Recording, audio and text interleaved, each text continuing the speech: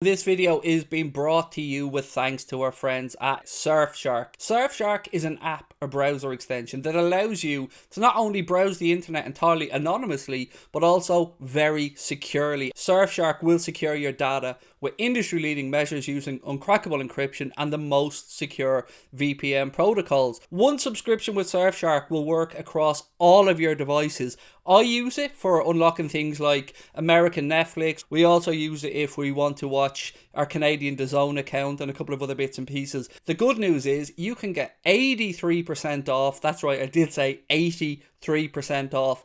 And an additional 3 months free using the Anfield Agenda link in the description.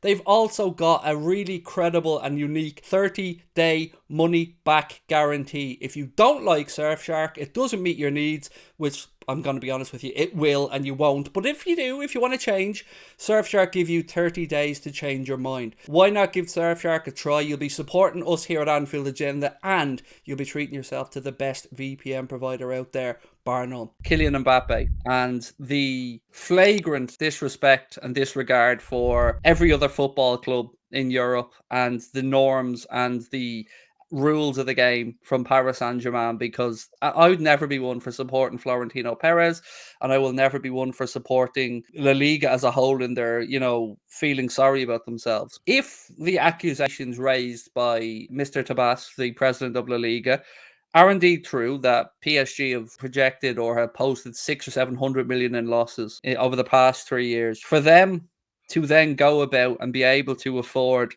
not only to keep on Kylian Mbappe, but to give him wages of rumored minimum $1 million a month, a huge signing on fee that varies between 100 and 300 million, depending on what you read, image rights concessions, got more goal scoring bonuses, and perhaps some more leverage over other decisions at the football club.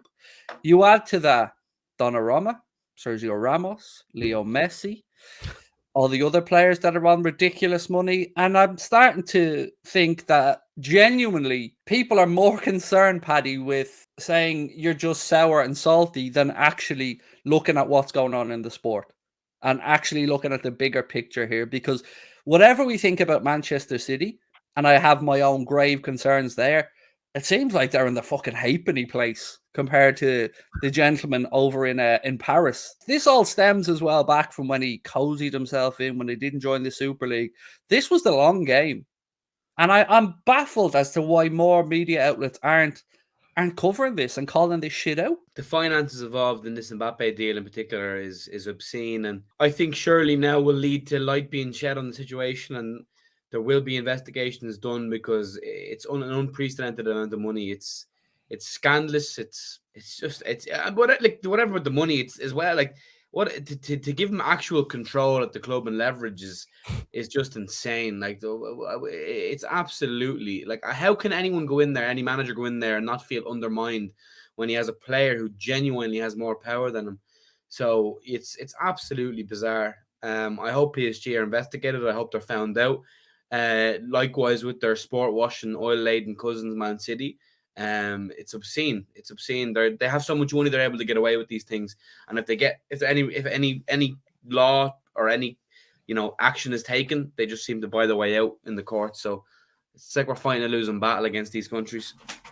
And this is the thing, Chris, that gets me about opposition fans that come in and just accuse us of being salty and accuse us other clubs of having had financial difficulties. And yeah, to an extent, Real Madrid, yeah, they've done some, maybe clever accountancy at times to free up money and stuff, but it's a world away from what we're currently seeing with Paris Saint-Germain and maybe to a lesser extent Manchester City. But right now, we're supposed to believe that two clubs in Manchester City and PSG, Manchester City had their celebratory parade today. Yeah.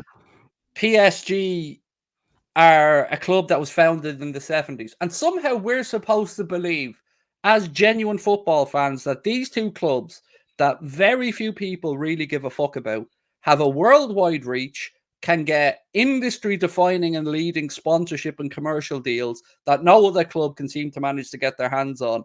And surprise, surprise, Chris, happy coincidence, the World Cup's in Qatar this year. And Kylian Mbappé is the poster boy of French football, and the Qatari owners of PSG just are going to be putting them everywhere. It's almost like this is a big coincidence, mate, isn't it? Just a little bit. I mean, the one thing I will say about PSG is that what they have done commercially is crazy. Like the way that they've turned their football club into a fashion brand.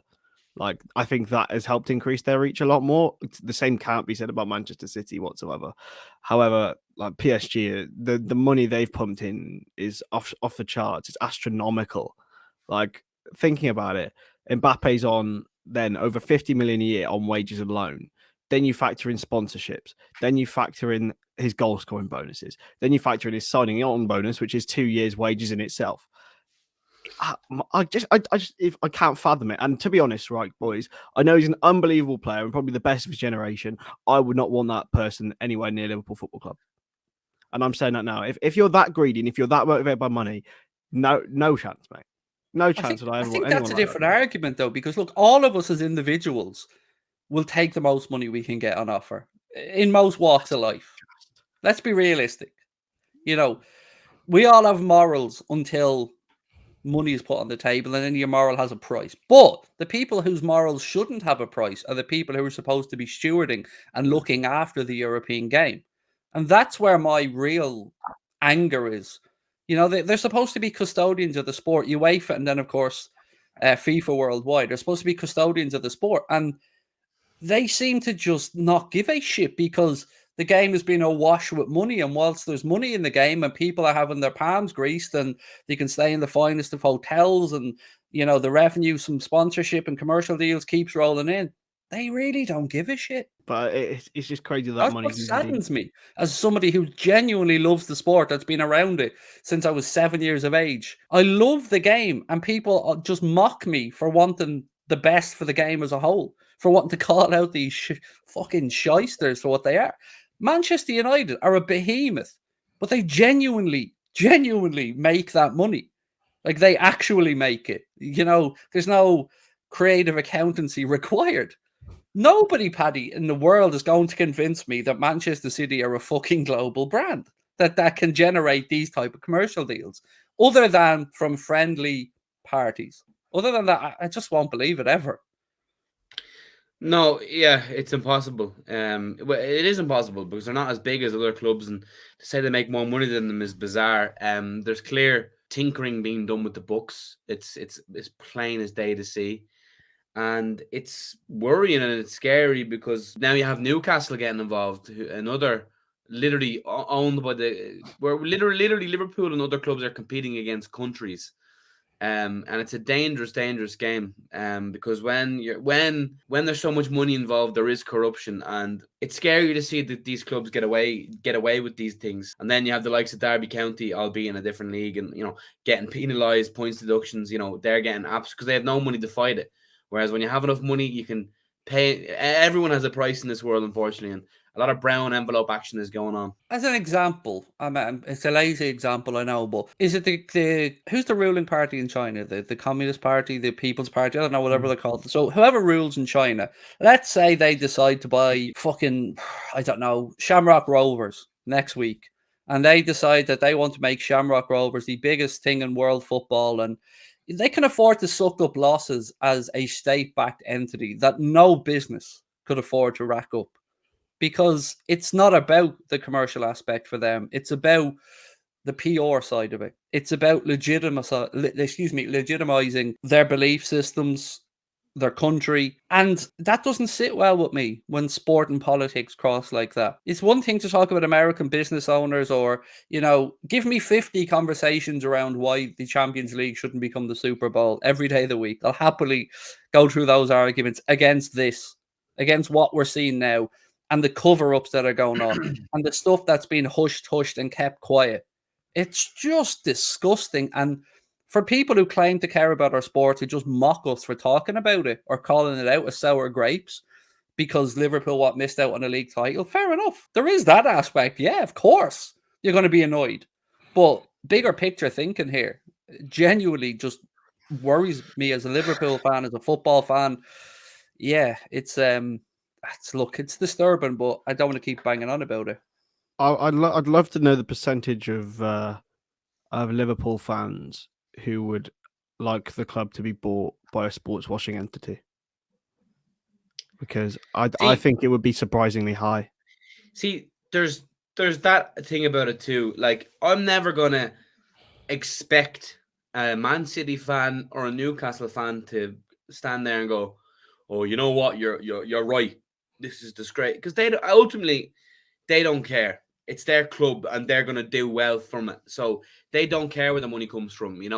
FSG, we can't act like they probably have skeletons in the closet as well.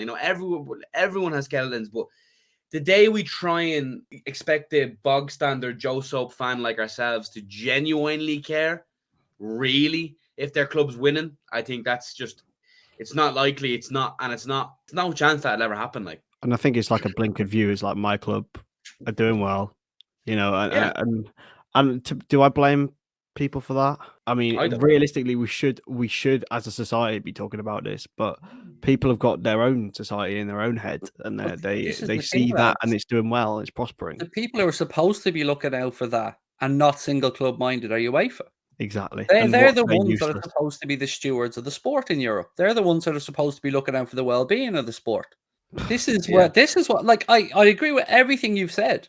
As fans of these clubs, yeah, look, it's very difficult to show any hate when you're having success, when you've got a great manager and you've got a great squad, and maybe the local community is improving, maybe they've redeveloped an area, loads of stuff. Of course, yeah, I understand that. I'm not an idiot, but at some point this will reach a tipping point, and a tipping point of, I mean, look, just take a look at the Champions League final prices, the tickets at the moment. Like, I don't know, lads. It just feels like a sad time for sport at the moment. But